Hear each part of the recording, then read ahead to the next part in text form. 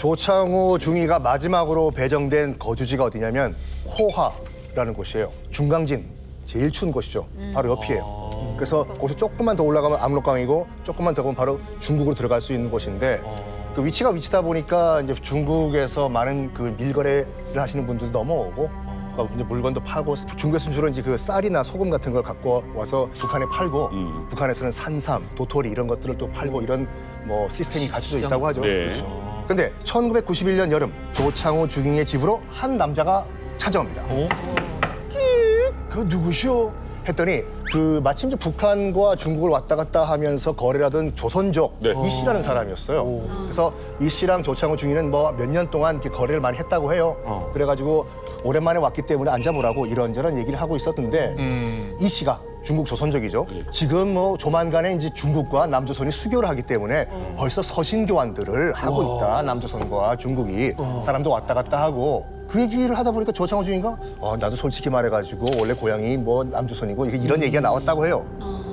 그러면 혹시 남조선에 있던 옛 주소 아냐고 알면은 내가 혹시라도 지금 서신 교환에 왔다 갔다 하고 있는 상황이기 때문에 될 수 있을지 안 될지 모르겠지만 내가 한번 서신 한번 넘겨는 보겠다 남조선에 이런 말까지 했다고 하죠.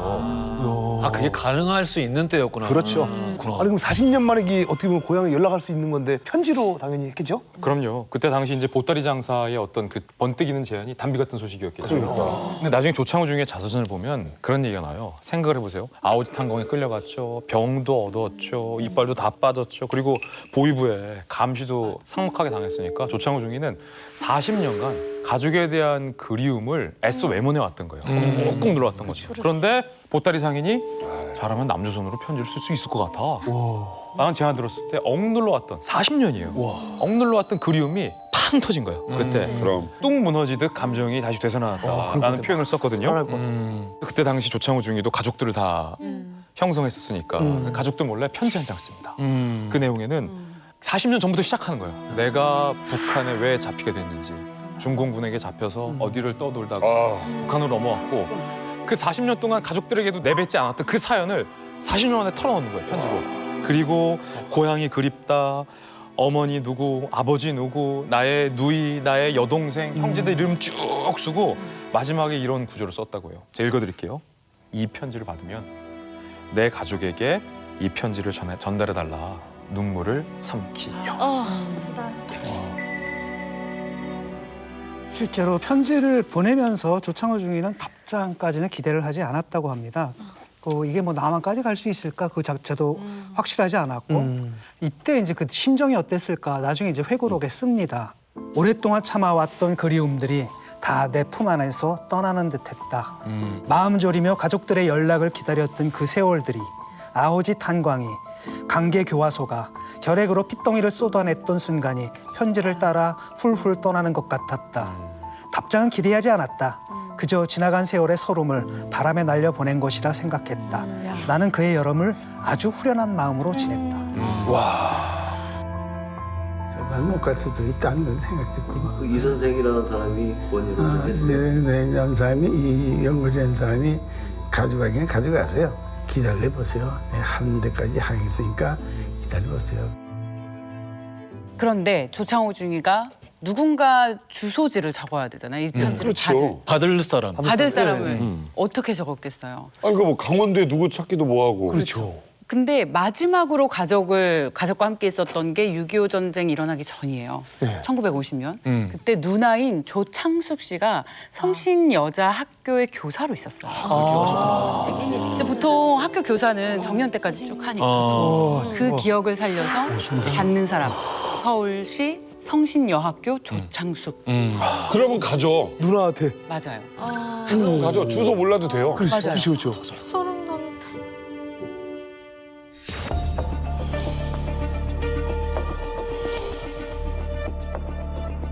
근데 1951년에 만나고 이제 헤어진 지 거의 반세기가 지났어요. 네. 40년이 지난 거예요. 그렇지. 누나가 계속 선신여학교에 근무하고 있을지 아닐지도 모르는 거예요. 은퇴했겠다. 네, 은퇴를 했을 수도 있고 아니면 학교를 옮겼을 수도 있고 뭐 그렇잖아요. 1992년이었습니다. 이 조창호 중위의 편지를 받은 이 성신여학교, 그러니까 성신여자대학으로 이 편지가 간 거예요. 네. 직원이 이 편지를 받았습니다. 네. 그래서 조창숙이라는 사람이 있는지 일단 학교 내에 전산 시스템에 쳐봤는데 없어요. 네. 학생도 어떡해? 없고 교사도 없고 아무것도 없는 거예요. 근데 보통 그런 편지가 오면 다시 반송을 하거나 아니면 버리거나 하는데 뭐 아무튼 애매한 거예요. 그리고 국제 편지잖아요. 그렇죠. 반송하기도 애매하고. 그리고 중국에서 왔는데 어디서 보냈는지 주소도 명확하게 적혀 있지 않아요. 어떻게 했겠습니까? 쓰레기통에 설마요. 속상하다. 쓰레기통에 설마요. 속상하다. 총장한테 보고를 해야죠. 열어보지도 않고 거기서 3년을 거기다 묻었고. 그렇잖아요. 그 사람은 그게 그건 임무를 다 한 아니니까. 거잖아요. 네, 인트라넷에 차도 봤는데 없고. 아무도 없는데 이게 뭐 잘못 장난 보냈구나. 편지일지 진짜일지 뭔지 모르는데 거기에 시간을 허비하지 않겠죠. 그렇게 해서 쓰레기통에 버려지게 맙소사. 됩니다. 조창숙이 있을 줄 알았어. 나 아직 부성신여대. 그렇지. 와, 아니 어떻게 보면 40년 동안 이게 폭발해서 사실 보낸 편지인데, 아, 야 이게 가족들에게 이게 못 단다는 게 좀 마음이 아프네요. 자, 그런데요. 에? 자, 그런데요. 에? 여기에서 이 편지를 발견한 사람이 있습니다. 쓰레기통에 들어갔다고요? 대박이다. 누가요? 바로 성신여대 총무과 직원이었던 최성규 선생님인데 나중에 조창호 중위가 이런 말을 해요. 한국에 돌아와가지고 정말 고마운 사람들 누구 얘기하잖아요. 거의 두 번째 얘기합니다. 최성규 씨 덕분에 내가 한국에 오게 됐다. 인데 이분이 뭘 하던 분이었냐면 이제 그 학교에 이제 우편물을 관리하시던 분이었어요. 이제 뭐 어떤 거는 이제 버리고 어떤 거는 뭐 재분류하고 어떤 거는 뭐 정말 반송할 건 뭐가 있는지. 근데 가만 보니까 쓰레기통 안에 눈에 딱 띄는 편지가 계속 눈에 들어오는 거예요. 그러니까 보통 편지가 다 우리나라 우표잖아요. 그렇죠. 중국 우표야 이게. 말도 안 되는 거지. 당시 유학생이 있을 수도 없고. 수교 전이야. 그러니까 아니 수교 유학생이 전이야. 없다니까요. 수교 전이야. 드문 중국 편지네. 여기 중국 우표가 붙어 있는 편지가 여기 왜 왔을까? 이상하긴 하지. 여기서 에이 그냥 갖다 버리자. 안 돼. 버렸으면 오늘 소리가 없는 거죠. 혹시나 이왕 버릴 거 안에 내용이 뭔가 한번 뜯어보고 읽거나 보고 버리자 해서 쓰레기통에 있던 그 우표가 달린 편지를 꺼내서 뜯어보게 됩니다. 일이 될라니까. 야, 지금 여기까지도 되게 극적이잖아. 일단은 보따리 장수가 나는 이 편지를 대한민국 성신여자 학교로 보냈다는 것도 고마운데 최성규 선생님이 쓰레기통에서 이거를 다시 건져서 뜯어봤다. 이것만도 너무 두 단계를 건너뛴 거예요. 와, 아까 너무 드라마틱해서 그때 광고 나갔겠다.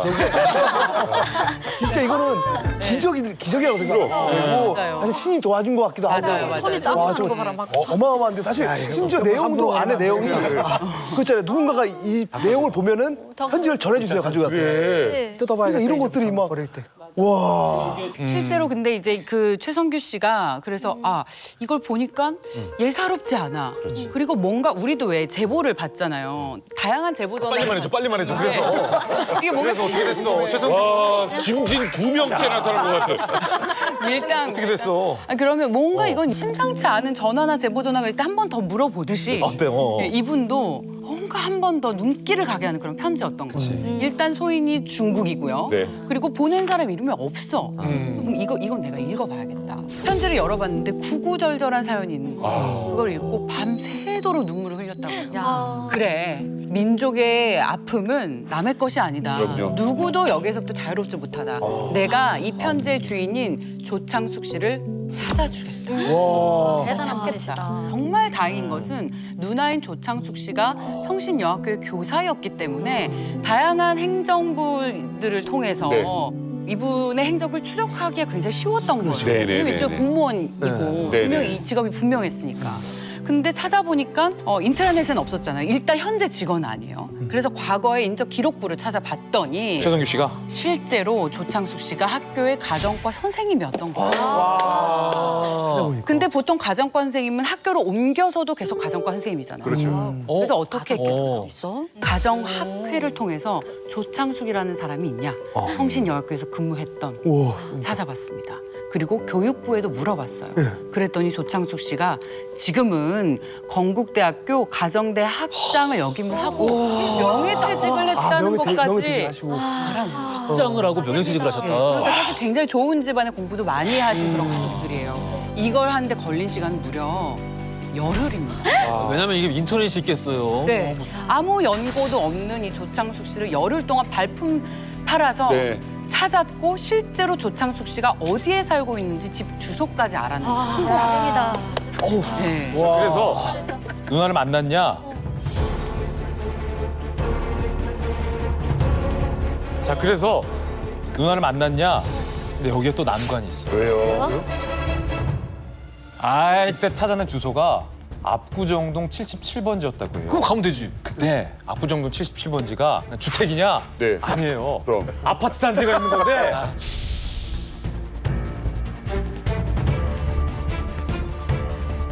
몇 동 몇 톤지가 안 나와 있는 거야. 최성규 선생님이 열흘 동안 찾아낸 게 다행히 압구정 77번지인데 몇 동 몇 톤지를 모르니까 그 많은 아파트를 일일이 다 돌아다닐 수가 없는 거예요. 끝까지 못 알아냈어요. 내가 이런 최성규- 장면 진짜 TV는 사랑을 싣고서 굉장히 여러 번 본 것 같은데. 네. 최성규 씨가 동사무소? 이때 동사무소에 최성규 선생님이 전화를 한 거예요. 다행히. 그렇죠. 내가 이리 해서 열흘 동안 조창숙 씨를 찾고 있는데 이게 보통 사연이 아닌 것 같다. 압구정동 77번지까지 내가 찾았다. 동사무소에서 확인 좀 해달라. 조창숙 씨가 압구정동 77번지 몇 동 몇 회 삽니까? 동사무소 직원이 뭐라고 할게요? 알려줄 수 없다. 아니 모르겠는데요.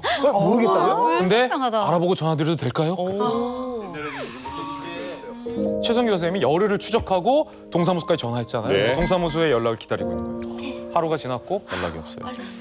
이틀이 지났는데 뭐래요? 네, 최성규입니다. 안녕하세요. 동사무소인데요. 연락이 온 거예요. 정확한 건 모르는데 얼마 전에 초상 치른 집이 있다는데 여기 상주 안주인 이름이 조창숙이네요.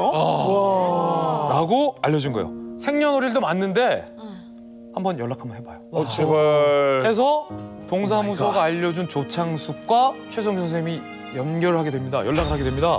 그런데 웬일?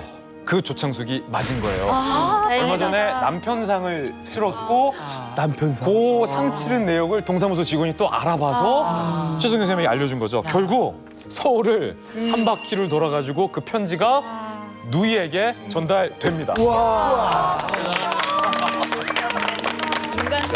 지금은 아무것도 아닌 것 같지만 여러분 이게 중국의 조선적 동포가 그 당시 북한 넘어서 그 편지를 가지고 그 옛날에 수도도 없던 그 시절에 어떤 시절에. 지금 여기까지만 들어도 너무 놀랍죠? 예. 네.